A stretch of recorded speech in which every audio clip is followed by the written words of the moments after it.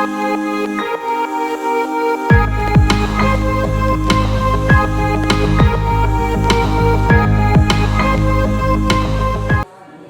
વિદ્યાર્થી મિત્રો, Saraswati group of education દ્વારા ચાલતા આ ઈ-લર્નિંગ પ્રોગ્રામમાં હું બ્રિજેશ સાકડેચા ફરી એકવાર આપ સૌનું હાર્દિક સ્વાગત કરું છું.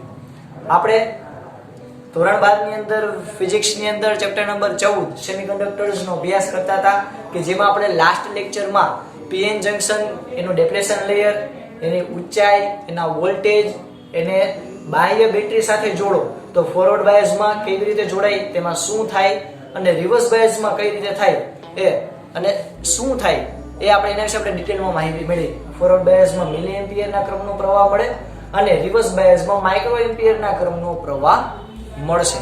એટલે કે ફોરવર્ડ બાયસમાં વધારે અવરોધ નહીં હોય પણ રિવર્સ બાયસમાં વધારે અવરોધ હશે.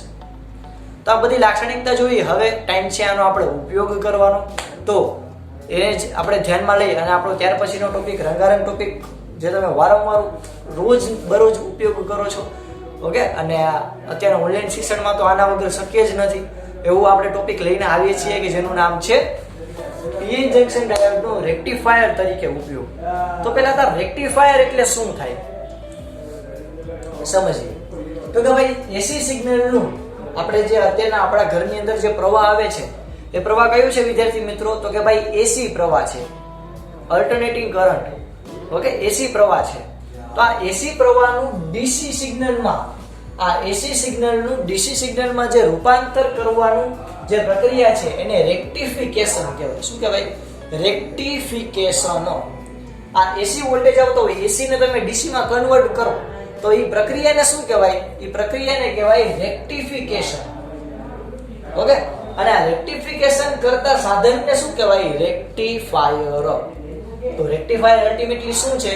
તો કે રેક્ટિફાયર એક પ્રકારના સાધનનું નામ છે કે જે એસી વોલ્ટેજને અથવા તો એસી સિગ્નલને ડીસી સિગ્નલમાં કન્વર્ટ કરે છે. ઓકે, આનું બેસ્ટ એક્ઝામ્પલ આપણા મોબાઈલનું ચાર્જર. આપણા મોબાઈલનું જે ચાર્જર છે એ આપણા મોબાઈલના ચાર્જરની અંદર તમે જુઓ તો તમે આપણે એને પ્લગ સાથે ભરાવેલું હશે, પ્લગ સાથે લગાડેલું હશે. તો જે ચાર્જર જે છે એ પ્લગ સાથે લગાડેલું છે, એ પ્લગમાં એસી વોલ્ટેજ આવે છે. આ એસી વોલ્ટેજ આવે એને ચાર્જર જે આવડો ડટ્ટો હોય, ચાર્જરમાં આવડો એક ભાગ હોય, ચોરસ કટકો. ઓકે, ફોર એક્ઝામ્પલ તમને હું દેખાડું તો આ એક પ્રકારનું જ્યારે ચાર્જર છે તો આ ચાર્જરની અંદર આ જે આટલો ભાગ જે છે, આટલો ભાગ એ આ શું છે? તો કે આ એક પ્રકારની સર્કિટ છે કે જેને આપણે રેક્ટિફાયર કહી શકાય. કે આ રેક્ટિફાયર શું કામ કરશે? તો કે તમે જ્યારે આને પ્લગમાં લગાડશો તો આ જે એસી સિગ્નલને ગ્રહણ કરશે, આની અંદર કંઈક એવી પ્રોસેસ થશે કે જેથી તમને અહીંયાથી જે આઉટપુટ મળે, તમે જે યુએસબી કેબલ લગાડો છો, ઓકે, આ તમને જે આઉટપુટ મળે એ આઉટપુટ ડીસી વોલ્ટેજ મળે અને એ જ ડીસી વોલ્ટેજને તમે મોબાઈલની જે ચાર્જર પિન હશે એમાં કનેક્ટ કરી અને તમે તમારો મોબાઈલ ચાર્જ કરી શકો છો. તો આ વચ્ચેનું આ જે ડિવાઇસ જે છે, લેપટોપ હશે તેમાં આવડો મોટો આવી રીતે ભાગ હશે. તો આ જે સાધન છે, આ સાધનને આપણે શું કહેવાય? રેક્ટિફાયર કહેવાય. શું કહેવાય? રેક્ટિફાયર. શું કામ આને રેક્ટિફાયર કહેવાય? તો કે ભાઈ આ એસી પ્રવાહને અથવા તો એસી સિગ્નલને ડીસી સિગ્નલમાં કન્વર્ટ કરે છે. એટલે તમને આલીપા બધા એસી પ્રવાહ મળશે, માલીપા બધા ડીસી પ્રવાહ મળશે. ઓકે, તો એસી નું ડીસી માં કન્વર્ટ કરતી જે સાધન છે એને કહેવાય રેક્ટિફાયર. તો આપણે આ રેક્ટિફાયર પીએન જંકશન ડાયોડની મદદથી બનાવશું. ઓકે, શું કામ પીએન જંકશન ડાયોડની મદદથી જ તમે રેક્ટિફાયર બનાવી શકો છો? અથવા તો એવું જરૂરી નથી કે તમે જંકશન ડાયોડનો જ ઉપયોગ કરો, પણ આપણે વધારે પડતો આનો ઉપયોગ શું કામ કરીએ? તો કે ભાઈ પીએન જંકશન ડાયોડની એક લાક્ષણિકતા છે. ઓકે, પહેલા તમને આ રેક્ટિફાયર તરીકેનો પ્રશ્ન પૂછાય એક્ઝામમાં તો તમારે પહેલા આ 2 પોઈન્ટ લખવાના કે એસી નું ડીસી માં રૂપાંતર કરતો પ્રક્રિયાને કહેવાય રેક્ટિફિકેશન અને આ રેક્ટિફિકેશન કરતા સાધનને કહેવાય રેક્ટિફાયર. તો આ રેક્ટિફાયર જે છે પીએન જંકશન ડાયોડ એનો આપણે ઉપયોગ કરીએ એનું કારણ તો કે ભાઈ પીએન જંકશન. હવે તમારે આ પણ ડિટેલમાં લખવાનું. મેં ખાલી ફક્ત એક જ પોઈન્ટ લખ્યો છે, યુનિડાયરેક્શનલ કરંટ. પણ તમને એક્ઝામમાં પૂછે તો કઈ રીતે લખવાનું? તો કે ભાઈ આમાં આપણે પીએન જંકશન ડાયોડનો ઉપયોગ કરીએ છીએ કારણ કે પીએન જંકશન ડાયોડ છે એ એક જ દિશામાં પ્રવાહ વહેવડાવે છે. ઓકે, એક જ દિશામાં પ્રવાહ વહે છે. એટલે તમે એને જ્યારે કોઈ બેટરી સાથે જોડશો, કોઈ એસી સોર્સ સાથે જોડશો તો એ એક જ દિશામાં પ્રવાહ વહેવડાવશે, બીજી ઉલટી ડાયરેક્શનમાં એ પ્રવાહ વહેવડાવશે નહીં. એટલે યુનિડાયરેક્શનલ એટલે તો કે એક જ દિશામાં. તો તમે જ્યારે એને ફોરવર્ડ બાયસમાં જોડશો તો એક જ દિશામાં પ્રવાહ આપશે. રિવર્સ બાયસમાં એ પ્રવાહ આપતું નથી. આપણે જોયું હતું લાસ્ટ લેક્ચરમાં કે માઇક્રો એમ્પિયર એટલે તમે સાવ અવગણી શકો. ઓકે, તો તમને એક જ દિશામાં પ્રવાહ આપશે, રિવર્સ બાયસમાં તમને પ્રવાહ આપશે નહીં. તો એને કારણે આપણે એવું કહી શકીએ કે ફોરવર્ડ બાયસમાં અવરોધનું મૂલ્ય વધારે હોય અને રિવર્સ બાયસમાં અવરોધનું મૂલ્ય ઓછું હોય. ના, ઉલટું. ફોરવર્ડ બાયસમાં અવરોધનું મૂલ્ય ઓછું હોય અને રિવર્સ બાયસમાં અવરોધનું મૂલ્ય વધારે હોય. તો ડાયોડની પીએન જંકશન ડાયોડની આ પ્રકારની લાક્ષણિકતાને કારણે આપણે યુનિડાયરેક્શનલ કરંટ એ વહેવડાવે છે કે જેને કારણે આપણે એનો રેક્ટિફાયર નામના સાધન બનાવવામાં આપણે તેનો ઉપયોગ કરીએ છીએ. તો આ રેક્ટિફાયર શું છે તો કે સૌથી પહેલા આપણે આટલું પહેલા લખી નાખવાનું, ત્યારબાદ આપણે એની આકૃતિ દોરવાની. ચાલો આપણે આકૃતિ દોરીએ. તો સૌથી પહેલા એસી સોર્સ ધ્યાનમાં લેવાનો, કારણ કે એસી સોર્સ તો પહેલા આપણે દેવો જ પડશે. આને આપણે નામ આપીએ એસી સોર્સ. આ એસી સોર્સ સાથે તમારે ટ્રાન્સફોર્મર જોડવાનું. શું જોડવાનું વિદ્યાર્થી મિત્રો? ટ્રાન્સફોર્મર. ટ્રાન્સફોર્મર તમને ખબર જ છે. તમે એસી પ્રવાહ નામના ચેપ્ટરની અંદર ટ્રાન્સફોર્મર ભણી ગયા. બે કોઇલ આવેલી હોય, પ્રાઇમરી અને સેકન્ડરી. તમે પ્રાઇમરીની સંખ્યા વધારે રાખો તો તમને સ્ટેપ ડાઉન ટ્રાન્સફોર્મર બનાવી શકો, અને સેકન્ડરીની કોઇલ વધારે રાખો તો તમે સ્ટેપ અપ ટ્રાન્સફોર્મર વધારે બનાવી શકો. ઓકે, આ થઈ આપણું પ્રાઇમરી, આ આપણું સેકન્ડરી. ઓકે, તમે મને કહો આપણે મોબાઈલને ચાર્જ કરવા માટે તમારે એને કેટલા વોલ્ટ આપવા પડશે? 5 વોલ્ટ. રેડી? Maximum 10 volt. અને લેપટોપ હોય તો લેપટોપની જે બેટરી હોય એ પણ 12 વોલ્ટની હોય. તો મોબાઈલને આપણે ચાર્જ કરવા માટે કેટલા વોલ્ટેજ આપવા પડશે? તો કે ભાઈ 5 વોલ્ટ. એના કરતાં વધારે આપવા નહીં પડે. અલગ અલગ મોબાઈલના મોડેલ પ્રમાણે અલગ અલગ હોય, પણ આપણે અત્યારે ઉદાહરણ તરીકે 5 વોલ્ટ લઈએ. તો અહીંયા તો તમને કેટલો પ્રવાહ આવે? તો કે ભાઈ 220 વોલ્ટ, 50 હર્ટ્ઝ ફ્રીક્વન્સી એસી પ્રવાહ, એસી વોલ્ટેજ આવે. અહીંયા કેટલા વોલ્ટ છે? 220. તો તમારે એને કેટલામાં પહેલા કન્વર્ટ કરવું પડે? 5 વોલ્ટ એસી પ્રવાહમાં કન્વર્ટ કરવું પડે. એના માટે તમારે કેવો ટ્રાન્સફોર્મર જોઈએ? તો કે સ્ટેપ ડાઉન ટ્રાન્સફોર્મર જોઈએ. તો યાદ રાખજો કે આપણે કેવો ટ્રાન્સફોર્મરનો ઉપયોગ કરીએ? Step down. Step down transformer તમે ખ્યાલ હોવો જોઈએ.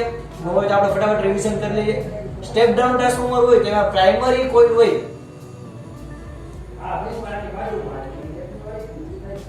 પ્રાઇમરી કોઇલ એના આટાની સંખ્યા વધુ, તો સેકન્ડરીની ઓછી હોય. અને સ્ટેપ અપ ટ્રાન્સફોર્મર હોય કે જે વોલ્ટેજ વધારવાનું કામ કરે, એની અંદર સેકન્ડરી કોઇલ હોય. એ સેકન્ડરી કોઇલના આટાની સંખ્યા વધુ હોય. ઓકે, તો આનો આપણને ફાયદો શું પડશે? તો કે સ્ટેપ ડાઉન છે એમાં વોલ્ટેજ ઘટાડશે અને આની અંદર વોલ્ટેજ વધારશે.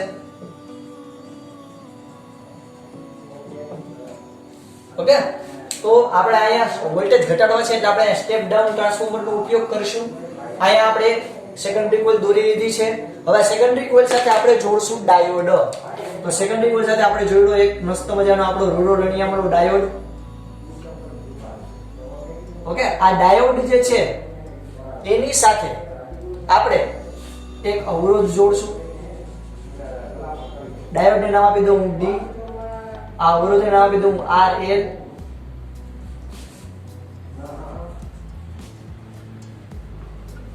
ભાઈ આપણી રચના કઈ રીતની થઈ? તો કે ભાઈ આ આપણો એસી સોર્સ, આ આપણું ટ્રાન્સફોર્મર. ઓકે, આટલું આપણું ટ્રાન્સફોર્મર છે. તમે આપણે એને કહી શકાય આવી રીતે દોરી શકીએ.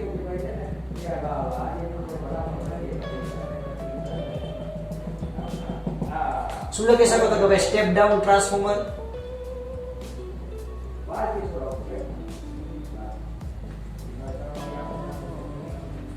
આ આપણો છે ડાયોડ D.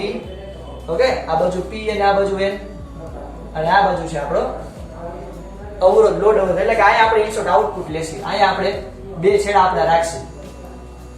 ઓકે, એટલે USB કેબલ હોય એ આપણે અહીંયા આપણે ચડાવવાનું થાય અને ત્યાંથી આપણને 5 વોલ્ટ DC મળે. તો હવે આને આપણે પહેલા તો કેમાં કન્વર્ટ કરતો કે ભાઈ અહીંયા આપણને મળશે એસી પ્રવાહ મળશે પણ ઓછો મળશે, એટલે આ 220 વોલ્ટ આવે, આપણે 5 વોલ્ટમાં કન્વર્ટ કરવા છે તો અહીંયા આપણને કેટલું મળશે આઉટપુટ? 5 વોલ્ટ એસી પ્રવાહ મળશે. હવે આ ડાયોડ ની લીધે કંઈક એવી પ્રક્રિયા થશે કે આ જે અહીંયા તમને જે પ્રવાહ મળશે, અહીંયા તમને જે વોલ્ટેજ મળશે 5 વોલ્ટ ડીસી મળશે. હવે ડાયોડમાં કંઈક એવી પ્રક્રિયા હશે કે જેને કારણે અહીંયા તમને ડીસી મળશે. ઓકે, કેવી રીતે મળે આપણે જોઈએ. તેના માટે આપણે પહેલા વર્ણન ધ્યાનમાં લઈએ, પહેલા તમારે આકૃતિ દોરવાની. ઓકે, જો આખી સિક્વન્સ સમજાવું. પહેલા રેક્ટિફિકેશન, ઈ કરતા સાધનને કહેવાય રેક્ટિફાયર. પછી પી જંક્શન ડાયોડ નું મહત્વ, એની લાક્ષણિકતા, ત્યારબાદ એની આકૃતિ, પછી લખવાનું કે સ્ટેપ ડાઉન ટ્રાન્સફોર્મરના પ્રાથમિક ગૂંચળા સાથે આપણે એસી સપ્લાય જોડેલો છે, અને ગૌણ ગૂંચળા સાથે જંક્શન ડાયોડ અને લોડ અવરોધને કેમાં જોડેલું છે? તો કે ભાઈ શ્રેણીમાં જોડેલું છે. કેમાં આપણે જોડેલું છે વિદ્યાર્થી મિત્રો? તો કે ભાઈ શ્રેણી. તો આ ટ્રાન્સફોર્મરનું ગૌણ ગૂંચળાના એ બી છેડા, આ એ અને બી નામ આપી દઉં, એ અને બી, આ એ અને બી, આ એ બી છેડા વચ્ચે જરૂરી વોલ્ટેજ આપણને મળશે, એટલે કે આપણું આઉટપુટ આપણને ત્યાં મળશે. તેથી જ્યારે એસી વોલ્ટેજના એક ચક્રના એસી વોલ્ટેજનું એક આખું જે સર્કલ હોય એ એક ચક્રના અડધા ચક્ર દરમિયાન એ પોઝિટિવ, અને ત્યારે ડાયોડ ફોરવર્ડ બાયસમાં આવે. કઈ રીતે એ સમજો તો કે ભાઈ હું અહીંયા એક આલેખ દોરું છું એસી પ્રવાહનો, ધ્યાનથી ઓબ્ઝર્વ કરજો છોકરાઓ. આ આપણો એસી પ્રવાહ, આ આપણો એસી પ્રવાહ. ઓકે, મેક્સિમમ આપણને કેટલા વોલ્ટ મળશે? તો કે ભાઈ 220 વોલ્ટ, અને અહીંયા આપણને મળશે -220 વોલ્ટ. આ આપણું ઉગમ બિંદુ 0. આ આપણો એસી પ્રવાહ થયો, આટલું ઠેડી ગયું, આપણે નરવું કરી દઈએ. આ આપણો એસી પ્રવાહ થયો. હવે આ એસી પ્રવાહ આપણને એનું અર્ધ ચક્ર જે હોય, એટલે કે એસી પ્રવાહ જે હોય એ અડધા સાયકલ દરમિયાન પોઝિટિવ, અડધા સાયકલ દરમિયાન નેગેટિવ. ખબર છે છોકરાઓ? અડધામાં પોઝિટિવ, અડધામાં નેગેટિવ, એટલે કે પોતાની દિશા બદલે. તો આપણે જો સમજો ધ્યાનથી. હવે આ આપણું ટ્રાન્સફોર્મર, બરાબર? આ ટ્રાન્સફોર્મરમાં પહેલા તો વચ્ચે આવી રીતે લીટા કરી દઈએ. હવે આ ટ્રાન્સફોર્મર જે છે એની અંદર અહીંયાથી આપણે એસી નું અર્ધ ચક્ર જે છે, હવે પોઝિટિવ માની લો કે આ પ્રવાહ આ બાજુ આવે છે, તો પ્રવાહ આવી રીતે જશે. તો જો પી પ્રકારના છેડા સાથે બેટરીનો પોઝિટિવ અને બેટરીનો નેગેટિવ, એ રીતનું થયું. તો ફોરવર્ડ બાયસ થયું.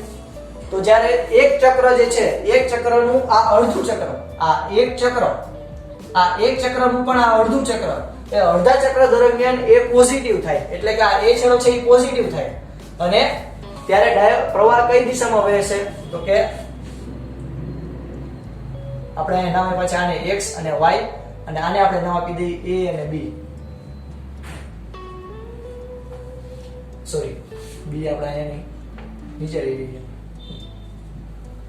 તો એ છેડો છે એ પોઝિટિવ થાય, અને ત્યારે આપણને પ્રવાહ કઈ દિશામાં મળશે? x અને y, x થી y આ દિશામાં મળશે. એટલે આપણે એનું આઉટપુટ દોરવા જઈએ તો આપણને શું મળશે આઉટપુટ? તો કે ભાઈ અડધા ચક્ર દરમિયાન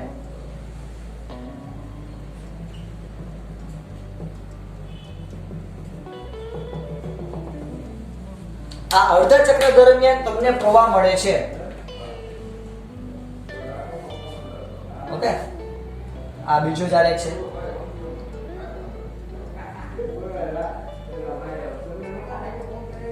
અડધા ચક્ર દરમિયાન તમને કઈ પ્રવાહ મળ્યો, એટલે કે અડધા ચક્રમાં એ વાહક તરીકે કામ કરશે.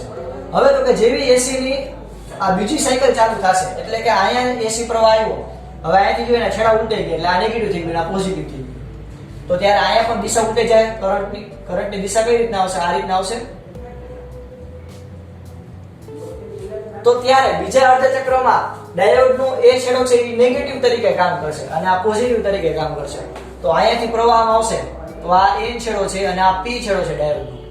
તો રિવર્સ બાયસ થઈ ગયું, કારણ કે જો પોઝિટિવ સાથે, કારણ કે જે બાજુથી પ્રવાહ આવતો હોય એ પોઝિટિવ હોય, તો પોઝિટિવ સાથે બેટરીનો નેગેટિવ, ડાયોડનો નેગેટિવ. ઓકે, તો આ રિવર્સ બાયસ થયું. તો આ રિવર્સ બાયસ ની અંદર પ્રવાહ પસાર થશે નહીં, કારણ કે ત્યારે તમને પ્રવાહનું મૂલ્ય કેવું મળશે? એકદમ ઓછું. ઓકે, અને આ ઓબિયસ વાત છે કે આમાં આપણે 5 વોલ્ટ જેવા ધ્યાનમાં લેશી, તો એમાં ડાયોડનું બ્રેકડાઉન પણ ન થાય. તો ડાયોડનું બ્રેકડાઉન પણ ન થાય તો અહીંયા આપણને રિવર્સ બાયસમાં વોલ્ટેજ મળશે નહીં. તો રિવર્સ બાયસમાં વોલ્ટેજ કેવા મળશે? શૂન્ય. જો હજી એકવાર શું કર્યું આપણે, તો કે પહેલા ટ્રાન્સફોર્મર લીધું, સ્ટેપ ડાઉન, એની અંદર ડાયોડ જોડ્યો x અને y. હવે જ્યારે એસી પોઝિટિવ હોય, પોઝિટિવ એટલે કે ધન અર્ધચક્ર હોય ત્યારે આ રીતના છેડા હોય, આ નીચે ઉપર પોઝિટિવ નીચે નેગેટિવ. તો પ્રવાહ કઈ દિશામાં વહે? આ દિશામાં. ઓકે, તો અહીંયા પોઝિટિવ p છેડા સાથે પોઝિટિવ અને n છેડા સાથે નેગેટિવ એ રીતનું થયું. તો ડાયોડ કેવા છે? તો કે ફોરવર્ડ બાયસમાં આવ્યું.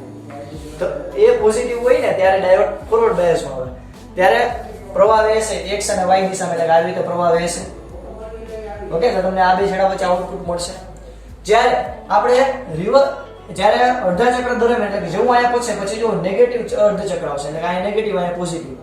તો આ નેગેટિવ અર્ધચક્ર દરમિયાન, આ નેગેટિવ અર્ધચક્ર દરમિયાન જે અહીંયા પણ વહેતા પ્રવાહની દિશા પણ શું થઈ જશે? ઉલટી જશે, કારણ કે અહીંયા પોઝિટિવ છે તો પ્રવાહ આ દિશામાં વહેશે. તો આ દિશામાં વહે તો જો બેટરીના પોઝિટિવ સાથે ડાયોડનો નેગેટિવ છેડો થયો, તો એક પ્રકારનું રિવર્સ બાયસ જોડાણ થયું. યાદ કરો રિવર્સ બાયસ જોડાણ. તો એટલે નેગેટિવ અર્ધચક્ર દરમિયાન તમને પ્રવાહ મળશે નહીં. ફરી પાછું આ એસી પોઝિટિવ થઈ જાય અને નેગેટિવ થાય, એટલે કે આ સાયકલમાં તમને ફરી પાછો આ બાજુ પ્રવાહ કઈ રીતનો મળશે? A માંથી આવતો હોય અને B માંથી જતો હોય, તો ફરી પાછો ડાયોડ પોઝિટિવ ડાયરેક્શનમાં થયું તો તમને પ્રવાહ મળશે. ફરી પાછો આયા છેડા ઉલટાય અને આવી રીતે થાય તો તમને ફરી પાછો તમને પ્રવાહ આ દિશામાં મળશે. તો એને કારણે આ ફરી પાછું રિવર્સ બાયસમાં આવશે. તો જો આ કેવી રીતની પ્રોસેસ છે, તો કે તમને ખાલી એસી પ્રવાહનો ધન અર્ધચક્ર હોય, એસી ની જે પોઝિટિવ સાઈડ હોય એમાં તમને પ્રવાહ મળે, નેગેટિવ સાઈડ ને ડાયોડ બ્લોક કરી દે છે. ડાયોડ શું કરે છે? બ્લોક કરી દે છે. એસી પ્રવાહ હોય બે ડાયરેક્શનમાં આવે, આમય આવે અને આમય આવે. તો ડાયોડ શું કામ? તો કે ડાયોડ આપણને ખબર છે એક જ દિશામાં પ્રવાહ જવા દે. તો જ્યારે પ્રવાહ આમ આવશે, જ્યારે આમ આવવું હોય છે પ્રવાહને, તો એ આવા દેશે ને ડાયોડ નહીં આવવા દે, જો બ્લોક કરી દીધું રિવર્સ બાયસ. ઓકે, તો ડાયોડ આપણને એક જ દિશામાં પ્રવાહ આપે છે. તો યાદ કરો, ડીસી એટલે ડાયરેક્ટ કરંટ, એટલે એનું ગુજરાતી નામ શું થાય? એક દિશ પ્રવાહ, એટલે કે એક જ દિશામાં વહેતો પ્રવાહ. તો જો અહીંયા પ્રવાહ બે દિશામાં વહેતો હતો, એની જગ્યાએ આપણે હવે એને ડાયોડનો ઉપયોગ કરી અને કેમાં કરી નાખ્યો? એક જ દિશામાં કરી નાખ્યો. ઓકે, હવે જો આ એક આખું ચક્ર થયું એસી નું. આ એક ચક્રમાં આપણને અડધા ચક્રમાં જ પ્રવાહ મળે છે, અડધા ચક્રમાં પ્રવાહ મળતો નથી. એટલે આપણે આને કહેવાય અર્ધ તરંગ રેક્ટિફાયર. ઓકે, આપણે જોઈ ડિટેલમાં, પહેલા આખી પ્રોસેસ ક્લિયર થઈ. ઓકે, આમ અનુક્રમે આવતા અડધા ચક્ર દરમિયાન જ આપણને પ્રવાહ મળશે. જ્યારે ડાયોડ રિવર્સ બાયસમાં પ્રવાહ કેવો મળશે? તો કે શૂન્ય ગણી શકાય એટલો પ્રવાહ મળશે. ટ્રાન્સફોર્મરના ગોળ ગૂંચળામાં મળતા એસી વોલ્ટેજ કરતા ડાયોડના રિવર્સ બાયસનું વોલ્ટેજનું મૂલ્ય વધારે હોવું જોઈએ કે જેથી ડાયોડનું બ્રેકડાઉન થાય નહીં. અહીંયા શું કીધું? તો કે આ એક પોઈન્ટ બહુ અગત્યનો છોકરાઓ, કે આપણે જ્યાં ટ્રાન્સફોર્મરનો યુઝ કરીએ એ ટ્રાન્સફોર્મરમાં અહીંયા તમને જે આઉટપુટ મળતો હોય એસી વોલ્ટેજ એ એટલા હોવા જોઈએ કે જેથી ડાયોડ બ્રેકડાઉન ન થાય. ફોર એક્ઝામ્પલ, અહીંયા 5 વોલ્ટ તમને એસી મળે તો ડાયોડ જે છે એ 15 વોલ્ટ બ્રેકડાઉન થતું હોય તો એ 5 વોલ્ટ મળશે, તેને કાંઈ ફેર પડશે નહીં. પણ તમે વિચાર કરો કે અહીંયા 15 વોલ્ટ એસી વોલ્ટેજ આવે અને ડાયોડ જે છે એનો બ્રેકડાઉન વોલ્ટેજ પણ 15 વોલ્ટ હોય તો ડાયોડ જે છે એ બ્રેકડાઉન થઈ જશે, એટલે કે ઉડી જશે. ઓકે, એટલે ડાયોડનો જે બ્રેકડાઉન વોલ્ટેજ હોય એટલે કે રિવર્સ બાયસમાં જે વોલ્ટેજ હોય એ કહી શકાય કે બહુ વધારે હોવો જોઈએ. નોર્મલી આપણે આ સેટિસ્ફાઈ થઈ જાય છે પીએન જંક્શન ડાયોડ, કારણ કે આપણે 5 વોલ્ટ મેક્સિમમ 12 વોલ્ટની રિક્વાયરમેન્ટ હોય અને પીએન જંક્શન ડાયોડનો રિવર્સ બાયસ વોલ્ટેજ અથવા તો બ્રેકડાઉન વોલ્ટેજ કેટલો હોય? 15 વોલ્ટ. તો આપણે પીએન જંક્શન ડાયોડનો આરામથી ઉપયોગ કરી શકીએ છીએ, કારણ કે એ બ્રેકડાઉન થશે નહીં, આપણે એમ કહી શકાય. આપણે એને આલેખની સમજૂતી પછી આપવાની. આ આલેખ તમારે દોરવાનો અને સમજાવવાનું કે ભાઈ પોઝિટિવ ચક્ર દરમિયાન જ તમને પ્રવાહ મળશે, નેગેટિવ અર્ધ ચક્ર દરમિયાન તમને પ્રવાહ મળશે નહીં. ફરી પાછો પોઝિટિવ મળશે, એટલે અનુક્રમે આ પ્રોસેસ કેવી રહેશે? ચાલતી રહેશે. આમ ઇનપુટ વોલ્ટેજના અડધા ચક્ર દરમિયાન તમને પ્રવાહ મળશે, જ્યારે બાકીના અડધા ચક્ર દરમિયાન તમને પ્રવાહ મળતો નથી. તો અડધા ચક્રમાં જ તમને પ્રવાહ મળે એટલે આપણે આને કહેવાય અર્ધ તરંગ રેક્ટિફાયર. ઓકે, તો તમને પ્રશ્ન પૂછાય કે અર્ધ તરંગ રેક્ટિફાયર સમજાવો, સવિસ્તર સમજાવો 3 માર્કમાં કે 4 માર્કમાં, તો આપણે આ બધી માહિતી આપવી પડે. તો અર્ધ તરંગ રેક્ટિફાયર ક્લિયર થયું. અર્ધ તરંગ એટલે તો કે ભાઈ એસી સિગ્નલના અડધા સિગ્નલને જ એક બાજુ કન્વર્ટ કરશે, કે અડધા સિગ્નલમાં જ પ્રવાહ આપશે, નેગેટિવ ડાયરેક્શનને બ્લોક કરી દેશે. આને કહેવાય અર્ધ તરંગ રેક્ટિફાયર. ક્લિયર છે છોકરાઓ? ફટાફટ તમારા બુકની અંદર આ રંગબેરંગી પેનથી લખી લો. ફટાફટ આ મુદ્દા જેમ લખેલા છે. Electric power that comes into our homes is in the form of AC voltage, which means that the voltage and current are constantly changing direction.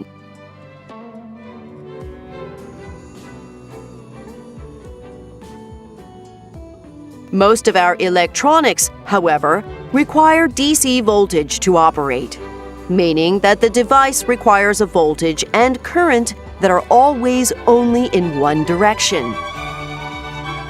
Therefore, we need a way to convert AC voltage into DC voltage.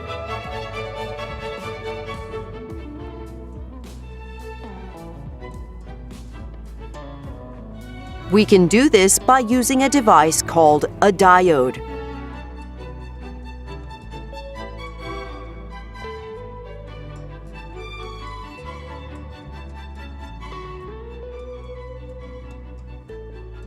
A diode allows current to flow in the forward direction, but blocks current trying to flow in the backward direction.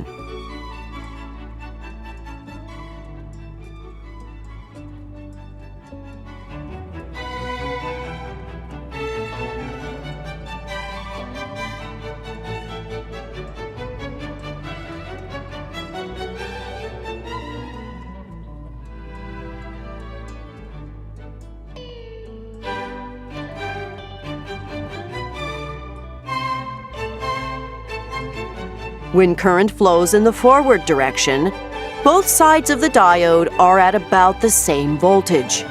On the other hand, when the diode blocks current from flowing in the backward direction, the different sides of the diode can be at significantly different voltages.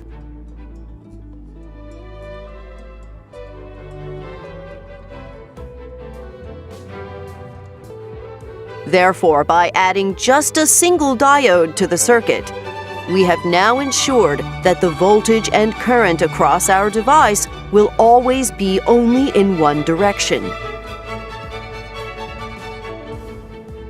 However, with this setup, the voltage and current across our device is zero half the time, and this is undesirable.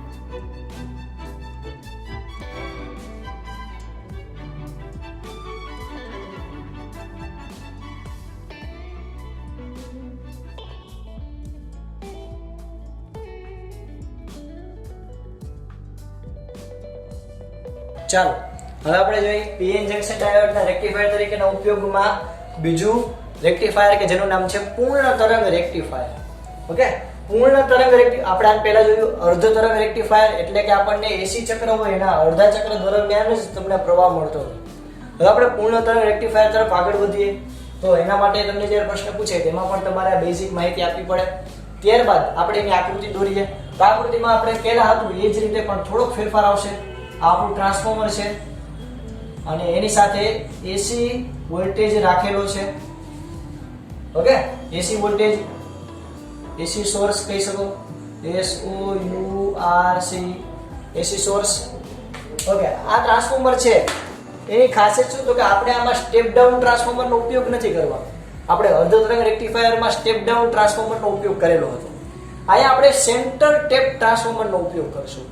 Centre tap transformer એટલે શું તો કે ભાઈ એ એવું transformer હોય કે જેના 3 છેડા હોય આઉટપુટમાં. ઓકે,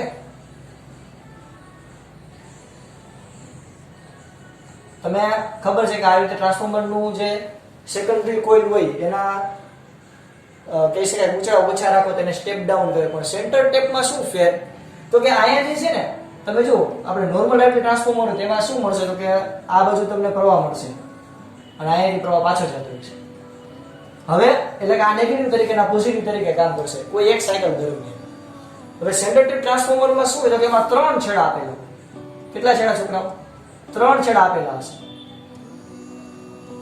આ એક છેડો આવી રીતે વેરીએબલ 3 છેડા આપેલા હશે. તો આ 3 છેડાની ખાસિયત શું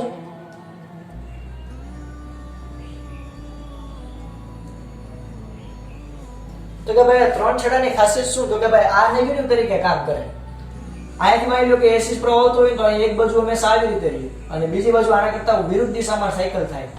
એટલે કે જ્યારે એ પોઝિટિવ હોય ને ત્યારે, એટલે કે હું અહીંયા બે બિંદુના નામ આપું, આને કહું A, આને કહું B. તો જ્યારે A પોઝિટિવ હોય ને ત્યારે B નેગેટિવ થાય, જ્યારે B પોઝિટિવ હોય ત્યારે A નેગેટિવ થાય. અને આ આખું જે તરંગ હોય એટલે કે આ તમને બે ઇનપુટમાં તરંગ મળશે, સોરી આઉટપુટમાં તમને બે તરંગ એસી વોલ્ટેજ મળશે અને આ નેગેટિવ એટલે કે ગ્રાઉન્ડ તરીકે કામ કરે. તો આપણે આયા એક ડાયોડ જોડીએ જેનું નામ આપી દઉં D1, આયા હું નામ આપી દઉં D2. તો આ જે ડાયોડ છે એ ડાયોડ સાથે આપણે હવે જોડીએ. તો આ ડાયોડને આવી રીતે જોડેલો, બંનેના આઉટપુટ એક જ જગ્યાએ જાય. ક્યાં? તો કે આ લોડ અવરોધમાં RL, આ X અને આ Y બે બિંદુ હતા, આ લોડ અવરોધ RL અને આને જોડી દેવાનું, વાર્તા પૂરી. એટલે કે અવરોધના બે છેડામાંથી એક છેડો ક્યાં દીધો છે તો કે સેન્ટર ટેપના ગ્રાઉન્ડમાં અને બાકીના બે છેડા છે આવી રીતે ડાયોડ સાથે દીધેલા છે. આવી રીતે આમ સ્પીડ બ્રેકર એટલે કરેલું છે કે આ બે વાયર ભેગા નથી, આ બે અલગ વાયર છે એવી સંજ્ઞા માટે આવું સ્પીડ બ્રેકર જેવું વપરાય છે. ઓકે, આ રચના પહેલા ક્લિયર થઈ, અહીંયા બે લીટી કરવાની ભૂલવાની નહીં. તો આ એક પ્રકારનું આપણું સેન્ટર ટેપ ટ્રાન્સફોર્મર થઈ ગયું છોકરાઓ. ઓકે, તો આનો આપણને જે ભાગ મળ્યો એને કહેવાય સેન્ટર ટેપ ટ્રાન્સફોર્મર.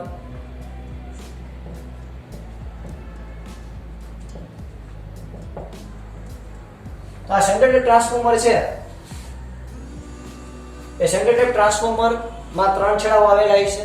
તો અહીંયા આપણને કઈ રીતે મળશે તો કે જો સાવ સિમ્પલ આપણને આઉટપુટ મળશે. પહેલા આટલી તો થિયરી તો લખતા આવડે તમને કે ભાઈ સેન્ટર ટેપ ટ્રાન્સફોર્મર છે કે જેના એસી સોર્સ સાથે પ્રાઇમરી છેડો જે છે એ એસી સોર્સ સાથે જોડેલો છે અને સેકન્ડરી કોઇલ છે એમાં A અને B છેડો છે, A અને B છેડો ડાયોડના પોઝિટિવ સાથે દીધેલા છે અને ડાયોડનો જે નેગેટિવ છેડો આ ડાયોડનો P અને આ ડાયોડનો N છેડો, ડાયોડના N છેડાને લોડ અવરોધના એક છેડા સાથે જોડેલા છે અને લોડ અવરોધનો એક છેડો છે સેન્ટર ટેપ ટ્રાન્સફોર્મરના છેડા સાથે દીધેલો છે.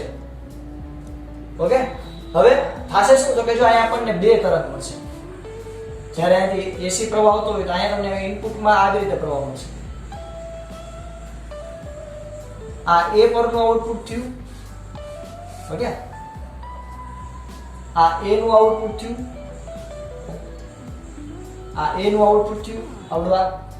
આ તમને મળ્યું B નું આઉટપુટ થયું. આ જે B નું આઉટપુટ છે ને છોકરાઓ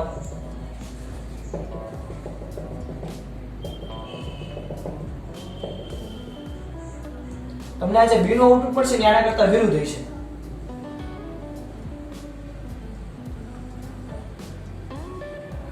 એટલે આપણી પાસે અહીંયા બે સિગ્નલ થઈ ગયા. એસી પ્રવાહના આપણને બે સિગ્નલ મળશે. જ્યારે A પોઝિટિવ હશે ત્યારે આ B નેગેટિવ હશે, જ્યારે A નેગેટિવ હશે ત્યારે B પોઝિટિવ હશે. એવી રીતે બે સિગ્નલ થયા. ઓકે, તો અહીંયા આપણે બે ડાયોડ જોડેલા છે, PN જંક્શન ડાયોડના બે છેડા જોડેલા છે. તો અહીંયાથી આપણે જ્યારે પ્રવાહ આપી બરોબર તો કોઈ એક સાયકલ દરમિયાન માની લો કે કોઈ એક સાયકલ દરમિયાન આ પોઝિટિવ અને આ નેગેટિવ તરીકે કામ કરે તો બધો પ્રવાહ જે છે એ કઈ રીતે જશે તો કે બધો પ્રવાહ આ રીતે જશે. અહીંયા એસી પ્રવાહ અહીંયાથી જશે અને અહીંયાથી આવશે. તો એ દરમિયાન આ ક્યાંથી પ્રવાહ વહેશે તો કે જો આ ફોરવર્ડ બાયસ થયું એટલે D માંથી પ્રવાહ વહેશે. ઓકે, આ ડાયોડ જે છે અહીંયા તમને આવી રીતે આઉટપુટ મળશે. D1 માંથી પ્રવાહ મળશે, D1 માંથી પ્રવાહ મળશે, D2 માંથી પ્રવાહ વહેશે નહીં.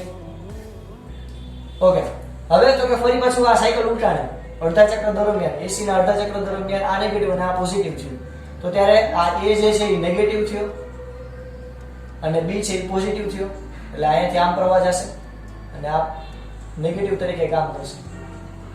ઓકે, તો અલ્ટિમેટલી આમાંથી તો પ્રવાહ જશે જ ને એક રિવર્સ બાયસ તરીકે આ કામ કરશે એટલે બધો પ્રવાહ આમાંથી જશે. એટલે જો અહીંયા ધ્યાનથી સમજજો તો અહીંયા તમને પ્રવાહ મળશે કેના દ્વારા મળશે તો કે આ B ને કારણે એટલે તો કે D2 ડાયોડ ને કારણે.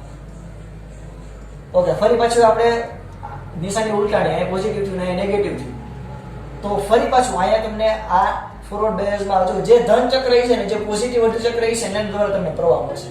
તો અહીંયા કોણ અર્ધ ચક્ર છે? આ ડાયોડ D1 ની વાત છે, અહીંયા ડાયોડ D2 ની વાત છે. તો જો અહીંયા D1 જે છે એક્ટિવ થશે અહીંયા D2 એક્ટિવ થશે. આવી રીતે પ્રોસેસ કન્ટિન્યુ કેવી રહેશે? ચાલો તો આપણે ઓબ્ઝર્વ કરી શકાય કે અડધો તરંગ રેક્ટિફાયર હતું એમાં તમને આવી રીતે આઉટપુટ મળતું વચ્ચે ખાંચો રહેતો હતો, એટલે કે નેગેટિવ સાયકલને બ્લોક કરી દેતું હતું. જ્યારે આપણે આ પૂર્ણ તરંગ રેક્ટિફાયર બનાવ્યું તો એમાં આપણે ઈ જે કહી શકાય કે આપણી લિમિટેશન હતી એને દૂર કરી. એટલે કે આપણે વચ્ચે સેકન્ડ ટ્રાન્સફોર્મરનો ઉપયોગ કર્યો અને આપણે એવી રીતે પરિપથ બનાવ્યો કે જે એક જે હોય એ નેગેટિવ હોય તો સામે બીજું હોય ને છેડો એ પોઝિટિવ હોય. ઓકે, એને કારણે આપણે આ નો ઉપયોગ કરી અને ત્યાં બીજો ડાયોડ જોડી દીધા આપણને એના દ્વારા પ્રવાહ મળે. તો આ એક ડાયોડ દ્વારા તમને પ્રવાહ મળશે, બીજા અર્ધ ચક્રમાં બીજા ડાયોડ દ્વારા પ્રવાહ મળશે, વળી એના પછીના અર્ધ ચક્રમાં પહેલા ડાયોડ દ્વારા, પછી બીજા ડાયોડ દ્વારા. એટલે આવી રીતે સતત પ્રવાહ જે છે એ સતત આવી રીતે વહેતો રહેશે. તો અહીંયા તમે જુઓ કે સિગ્નલ જે છે આ એક સિગ્નલ થયું પૂર્ણ તરંગ. આ એક સિગ્નલ દરમિયાન તમને પૂરેપૂરો એક દિશામાં પ્રવાહ મળ્યો, એટલે આને કહેવાય પૂર્ણ તરંગ રેક્ટિફાયર. એટલે પહેલા આપણે સ્ટેપ બાય સ્ટેપ રેક્ટિફાયર સમજીએ. તો પહેલા આપણે રેક્ટિફાયર કોને કહેવાય સમજ્યા, પછી આપણે એસી સિગ્નલ હોય એના અડધા સિગ્નલને ડીસી માં કેમ કન્વર્ટ કર્યું એ સમજ્યા. હવે આપણે પૂર્ણ તરંગ રેક્ટિફાયર દ્વારા આપણે એસી સિગ્નલને પૂરેપૂરું ડીસી માં કેમ કન્વર્ટ કરવું. જો આમાં નેગેટિવ બાજુ જ આપણે ઉડાડી દીધી, જો બધી તમને પોઝિટિવ બાજુ જ મળે. ઓકે, તો ટ્રાન્સફોર્મરના પ્રાથમિક ગૂંચળા એસી સપ્લાય ગુણ ગૂંચળા જે છે એને બંને છેડા એ ડાયોડની પી બાજુએ અને બાકીના એન છેડા છે એને આપણે અવરોધની એક બાજુએ અને અવરોધનો બીજો છેડો એ સેન્ટર ટેપ છેડા સાથે દીધેલો છે એવું પહેલા લખવાનું. દરેક ડાયોડ વારાફરતી એસી ના પૂર્ણ ચક્રના અડધા ચક્ર દરમિયાન કાર્ય કરશે. એટલે કે દરેક ડાયોડ હોય, આ ડાયોડ છે તો આમાં કાર્યરત હશે, આમાં નહીં હોય, આમાં હશે, આમાં નહીં હોય, આમાં હશે. એવી રીતે બી માં પણ લાગુ પડે કે બી પણ આમાં કામ નહીં કરે, આમાં કરશે, આમાં નહીં કરે, આમાં કરશે, આમાં નહીં કરે. તો દરેક ડાયોડ છે એ એસી ના અડધા ચક્ર દરમિયાન જ કાર્ય કરશે. એટલે બે અલગ અલગ આઉટપુટ હતા ને એને આપણે ભેગા કરીને આપણે શું કર્યું હતું કે એક આખું પૂર્ણ તરંગ જનરેટ કરી દીધું. તો એસી નો પોઝિટિવ ચક્ર એ છે એસી નું પોઝિટિવ ચક્ર. તો એસી ના પોઝિટિવ ચક્ર દરમિયાન આ પોઝિટિવ થશે એટલે અહીંયાથી પ્રવાહ આવશે, અને બી કેવો થશે નેગેટિવ એટલે કે અહીંયાથી પ્રવાહ જશે. જેને કારણે D1 માંથી પ્રવાહ વહેશે, આ D1 માંથી પ્રવાહ વહેશે, D2 માંથી પ્રવાહ વહેશે નહીં. ઓકે, જ્યારે એસી ની સાયકલ છે નેગેટિવ એસી ની સાયકલ છે એ ઉલટાઈ જાય તો નેગેટિવ ચક્ર દરમિયાન બી છે એ પોઝિટિવ થશે. આ બી પોઝિટિવ થશે એટલે બધો પ્રવાહ આમાંથી વહેશે, બી છે એ નેગેટિવ થશે, સોરી બી છે એ પોઝિટિવ થશે અને એ કેવું બનશે નેગેટિવ બનશે. એ નેગેટિવ બનશે એટલે તો કે આમાંથી એને જવું છે પણ જશે નહીં, રિવર્સ બેલેન્સ હશે એટલે આ બ્લોક કરી દેશે. અને D2 માંથી આપણને પ્રવાહ મળશે, આ D2 માંથી આપણને પ્રવાહ મળશે. અને પ્રવાહની દિશા કઈ રહેશે તો કે એક જ, કારણ કે જો બેમાંથી પ્રવાહ આ D1 કાર્યરત હોય કે D2 કાર્યરત હોય આપણને પ્રવાહ અલ્ટિમેટલી ક્યાંથી મળે તો કે આ બેનું આઉટપુટ પણ x માંથી આવશે એટલે અહીંયાથી પ્રવાહ મળશે. તો આની ડાયરેક્શન પ્રવાહની કઈ રહેશે x થી y. એટલે અહીંયા તમે કોઈ પણ છેડો જો અહીંયા આપણે આઉટપુટ જોડીએ,